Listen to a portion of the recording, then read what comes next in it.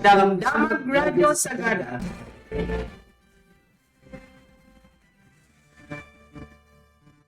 Di Radyo Sagada, tumunang titangatang ng mga idanon kadagiti damdamag.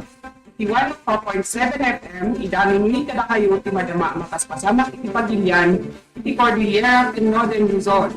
Ken banbanag may panggit iti komunidad. Damdamag Radio Sagada.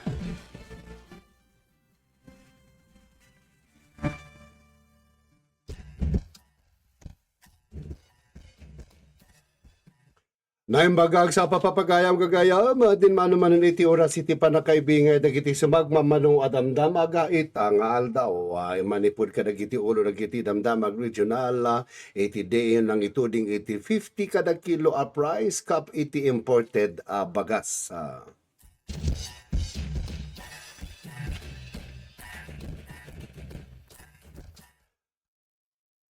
Dark and NCIP makitinulong iti panang suporta kadagiti manalon na iti nainsigudan a komunidad iti Vista Project.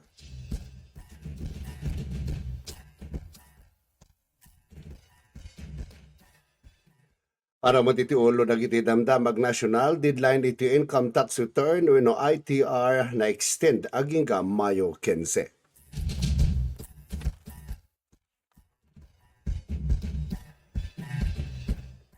Para ba't kadagiti lokal adamdamag iti kabataan nga kabataan in action sa gadamang patungpal iti 10-day sports clinic.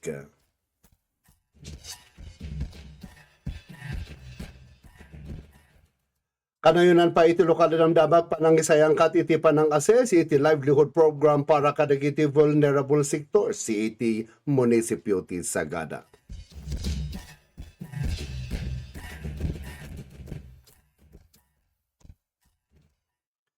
Kanayunan pa dagiti lokal adamdamag iti regional adamdamag DOA imbilin ti amin a gas stations ang makipaset iti fuel discount.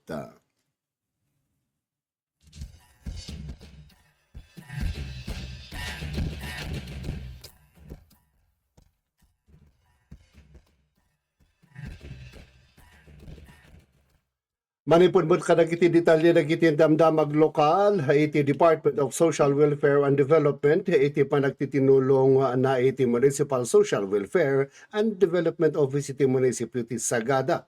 Agtultuloy iti panangipatungpal iti livelihood for vulnerable sectors sa program amang suporta kadagiti pamilya ang nakakapoy. Naanga iti panang-assess iti Kalman, iti Abril 14, 2026, iti opisina ti MSWDO, tapno ma-evaluate dagiti may kan, wenno may kari, a benepisaryo iti programa.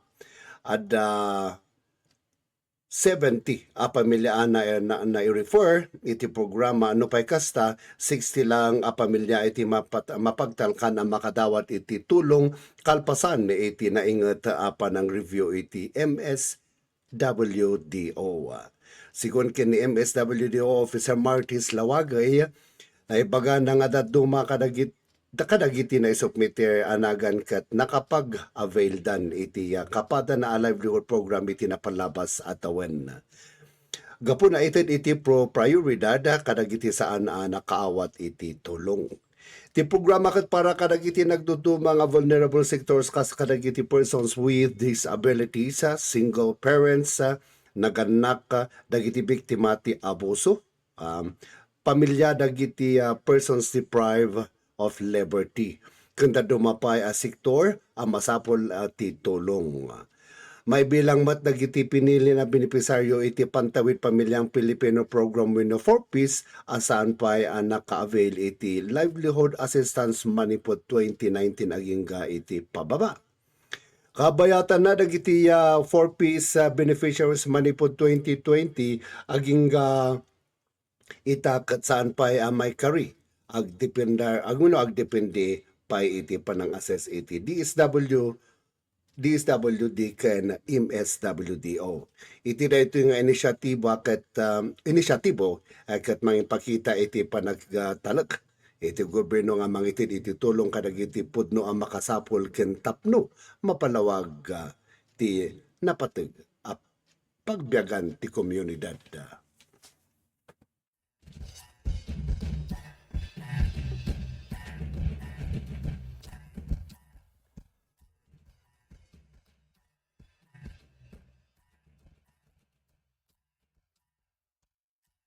Iti na dumapay detalye ti damdamagam lang ipatungpal iti Youth Development Council iti munisipyo iti Sagada ti maysa nga 10-day at sports clinic para kadagiti kabataan. Manipud Mayo 14 aging ka Mayo 23, 2026. Ada budget a 100,000 na may pay, wino na ipay manipud iti local government unit tapno suportaran dayto a programa amang ipangato iti abilidad dagiti kabataan iti sports ken mangitagay iti salunatdan. Daytoy ang aktibidad ket induluan ti Municipal Iske Chairman ani Rolly Joe Amayag Jr. Asop suportaran ti Sangguniang Bayan iti LYDO ani Miss Jeneline Biang ken dagiti sumagmamano a barangay Iske Chairman iti Sagada. Daytoy sports clinic ket nailukat laang para kadagiti estudyante iti secondary level ken parang iti nagduduma at team ken individual events kas iti volleyball, sipak takraw, badminton ken table tennis adda kategorya para kadagiti boys ken girls. Sigun kini LYDC ti panggap iti programa ket tapno isagana dagiti kabataan para kadagiti sumaruno competition iti reward ti Sagada ken tapno mapalagipan damot iti kina aktibo ken panangliklik iti nalabas panagusar iti cellphone.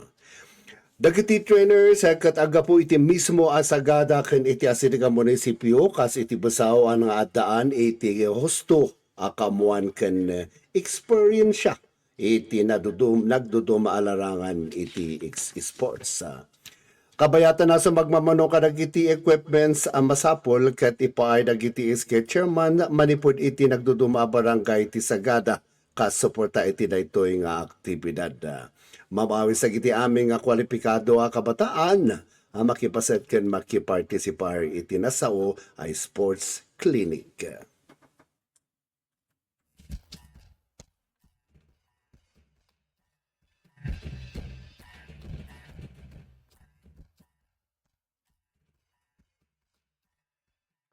Manipurmat kadagiti detalye iti damdamag nasyonal iti na-extend ni Ferdinand Marcos Jr. iti deadline na panangipasa iti 2025 income tax return manipud April 15 aging Mayo 15. Sigun kinkwa na daytoy katap na mangted iti atidog at tiyempo.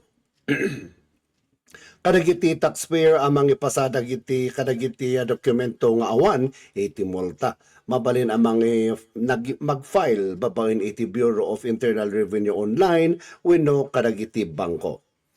Iti extension ket may sa awagas hatapno malaganan at iti malaganan iti panagbayad ti buwis dagiti umili.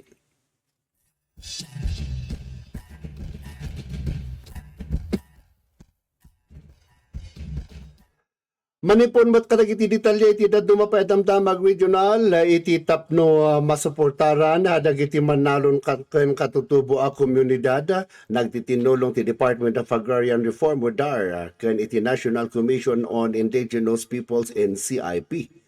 Tapno may patungpala ti value chain in innovation for sustainable transformation in agrarian reform communities wenno ti Vista project. Pinasingkadan iti panagtitinulong da baban iti panang permada iti Memorandum of Agreement iti MOA anaanga iti Emancipation Launch at the DAR main building ijay syudad ti Quezon. Sigun iti DAR iti namatawa na proyekto iti 2025 to 2030 kat manamnama ama maka gunguna iti agarup 80,000 at tao apakairamanan iti 24,800 akatutubo wenno 30% kadagiti benepisaryo sa cloud proyekto dagiti upland areas iti Cordillera Administrative Region CAR iti Luzon ken Region 12 Sargen iti Mindanao nga daan iti 112 nga agrarian reform communities wenno ARC iti sangapulo probensya. May nagiti daytoy kinunati DAR Secretary Conrado M. Estrella III. Napatag daytoy a proyekto iti panangitandudo iti inclusive development.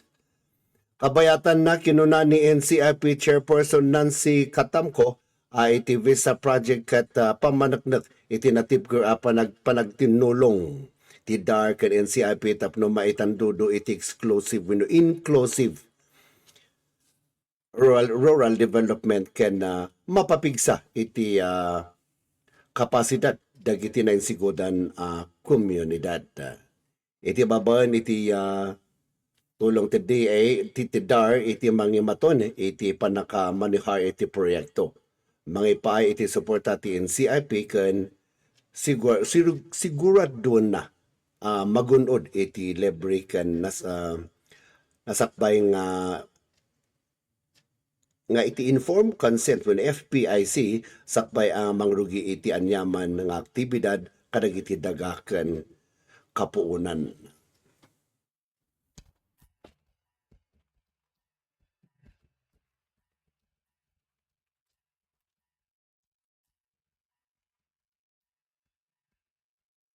Iti dadumapay a regional adamdamag, iti manamnama amang ipatupal ita abulan iti Department of Agriculture DA, iti price cap iti imported bagas. Sigun kini DA Secretary Francisco Chu Laurel na napansin na ang inaunay iti presyo ti imported rice iti tindaan iso kasapulan makontrol. Agay-ayam iti 55 pesos aging ka 57 rumbeng kat 48 pesos laeng isong agilatag iti price cap 50 pesos. Malaksig iti nangin na presyo kat adaan pa iti profiteering iti nasao klase iti bagas.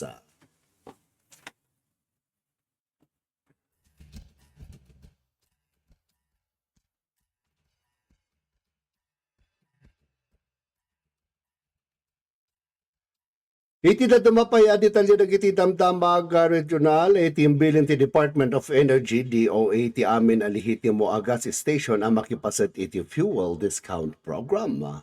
Iti agdama 33 manipod iti 52 gas stations iti initial nakipasat ka po iti nakapinpin registration iti Land Bank app.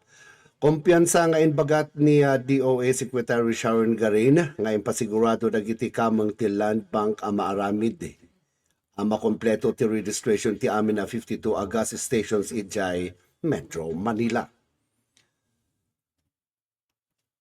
Daytoy katpasat iti direktiba ni President Ferdinand Marcos Jr. tapno palaganan ti epekto iti nangangato presyo ti langis.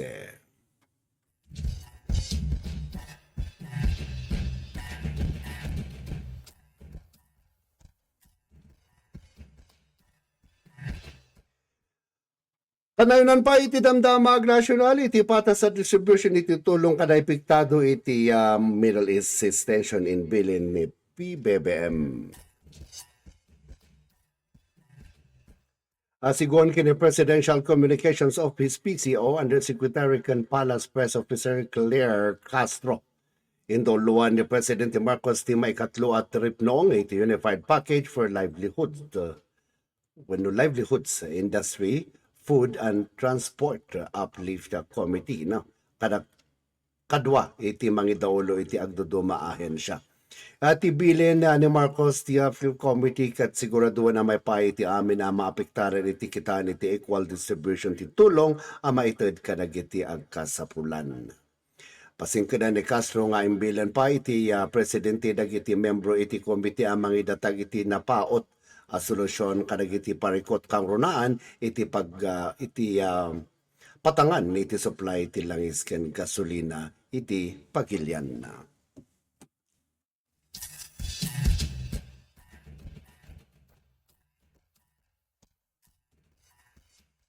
So naimbaglatangal daw kada kayo aming gagayang kakabsat dayta iti maibinga tayo damdamag ita nga aldaw.